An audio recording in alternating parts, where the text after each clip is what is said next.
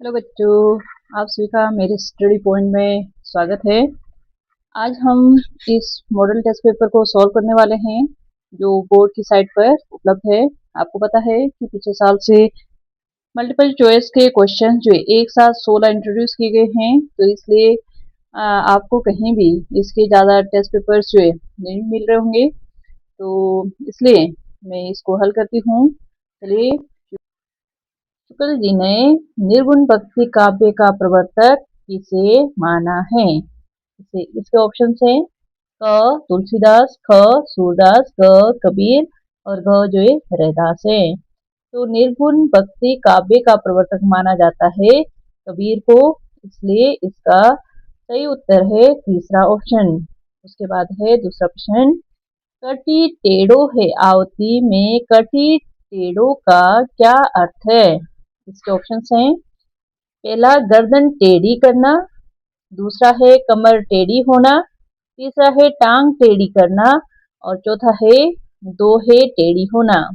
कटी कहते हैं कमर को, टेढ़ो मतलब टेढ़ी होना, तो इसलिए दूसरा जो विकल्प है कमर टेढ़ी होना वो इसका सही उत्तर है। उसके बाद है तीसरा, हामिद के तर्क के अनुसार चिमटे को हाथ में लिया जाए तो क्या बन जाता है हाथ में लेने पर? तो इसके ऑप्शंस हैं पहला खंजरी, दूसरा मंजीरा, तीसरा बंदूक और चौथा जो है तलवार। मंजीरा कहते हैं, इसका सही उत्तर है मंजीरा।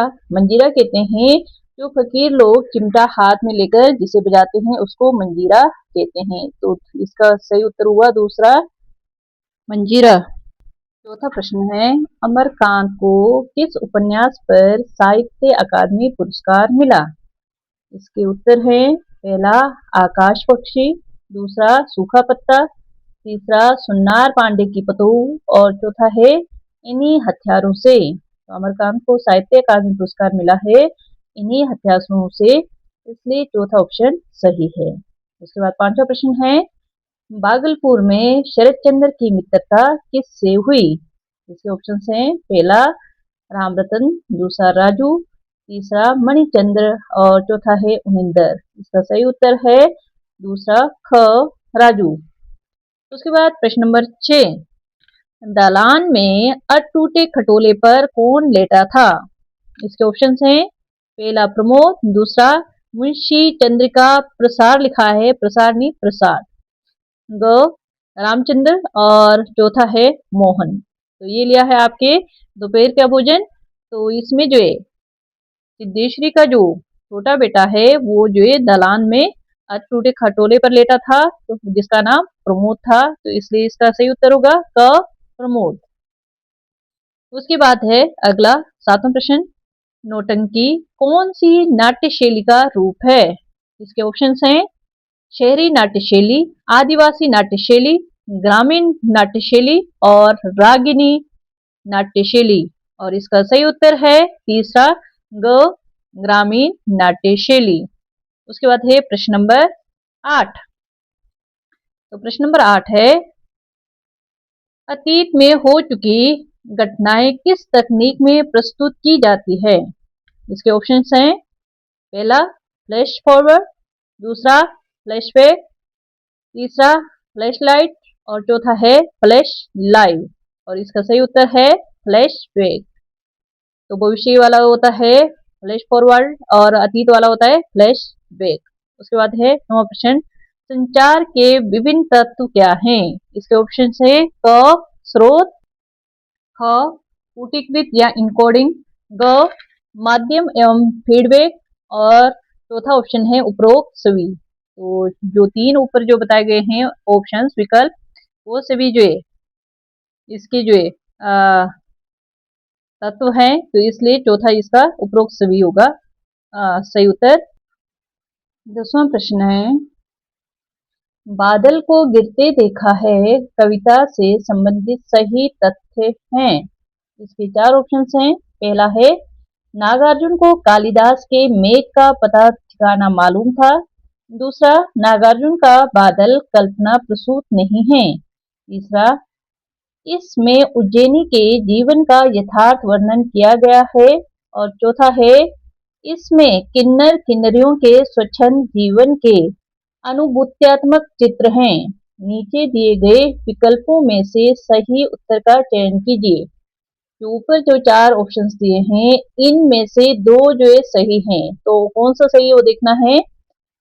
तो इसके ऑप्शंस दिए हैं विकल्प 2 और 3, या विकल्प 1 और 2, या विकल्प 1 और 4, और विकल्प 2 और 4। तो सही उत्तर है विकल्प 1 और 4। एक मतलब नागार्जुन को कालिदास के मेघ का पता ठिकाना मालूम था, और चौथा है इसमें किन्नर किन्नरियों के स्वच्छंद जीवन के अनुभूत्यात्मक चित्र हैं। प्रश्न नंबर 11, भारत की पहली महिला शिक्षक कौन थी? इसके ऑप्शंस हैं, पहला है सरोजनी, दूसरा है पंडित रमाबाई, तीसरा है सावित्रीबाई फुले, और चौथा है उपरोक्त सभी। और इसका सही उत्तर है सावित्रीबाई फुले तीसरा। सावित्रीबाई फुले ज्योतिबा फुले की पत्नी थी, तो वही क्या है, पहली शिक्षिका थी। उसके बाद है प्रश्न नंबर 12, ओम प्रकाश वाल्मीकि की आत्मकथा जूठन हिंदी साहित्य में किस कारण चर्चित हुई?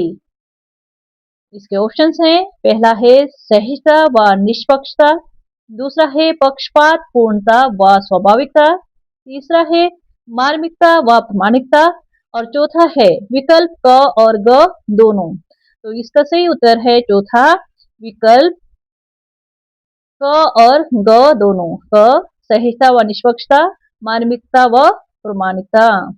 जो ओम प्रकाश वाल्मीकि है वो आपके पाठ्यक्रम में खाना बदोश के लेखक हैं। उन्होंने अपनी आत्मकथा लिखी है जूठन। आत्मकथा तो आपको पता होना, कोई व्यक्ति जब अपने बारे में कोई लिखता है तो उसे आत्मकथा कहते हैं, और यदि जो किसी दूसरे व्यक्ति के बारे में लिखता है तो उसे जीवनी कहते हैं। उसके बाद है प्रश्न नंबर 13, रेडियो व्याकरण में चिन्हों का प्रयोग किस प्रकार किया जाता है? तो इसके ऑप्शंस हैं, पहला सुनकर, दूसरा जो है लिखकर, तीसरा जो है बोलकर, और चौथा है दोहराकर। और इसका सही उत्तर है तीसरा ऑप्शन बोलकर, क्योंकि रेडियो में जो है हम लिखकर या सुनकर नहीं बल्कि जो है बोलकर ही चिन्हों का प्रयोग करते हैं। जहाँ कोमा हो वहां थोड़ा रुकते हैं, पूर्ण विराम हो वहां ज्यादा रुकते हैं, इसलिए इसका सही उत्तर होगा ग, तीसरा ऑप्शन बोलकर। आगे है प्रश्न नंबर 14, समाचार पत्र किस शैली में लिखा जाता है?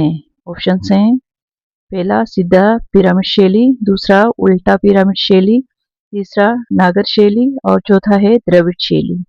तो समाचार पत्र लिखा जाता है उल्टा पिरामिड शैली में, इसलिए दूसरा ऑप्शन सही है। उसके बाद है प्रश्न नंबर 15, छोड़ ध्रुवों की मृदु छाया में कवि किसके प्रति प्यार जताता है? पहला प्रकृति, दूसरा मनुष्य, तीसरा पशु, और चौथा है पेड़ों। छोड़ ध्रुवों की मृदु छाया में, तो ध्रुव का अर्थ है पेड़, मृदु होता है कोमल, यानी पेड़ों की गहरी छाया को छोड़कर। तो ये पंक्ति ली है सुमित्रा नंदन पंत की कविता से। तो यहाँ पर जो है पेड़ों की ठंडी छाया से अभिप्राय है। उसके बाद है अगला प्रश्न नंबर 16, हरि जू हरि में कौन सा अलंकार है? तो इसकी ऑप्शन है वक्रोक्ति अलंकार, यमक अलंकार, पुनोक्ति प्रकाश और मानवीकरण।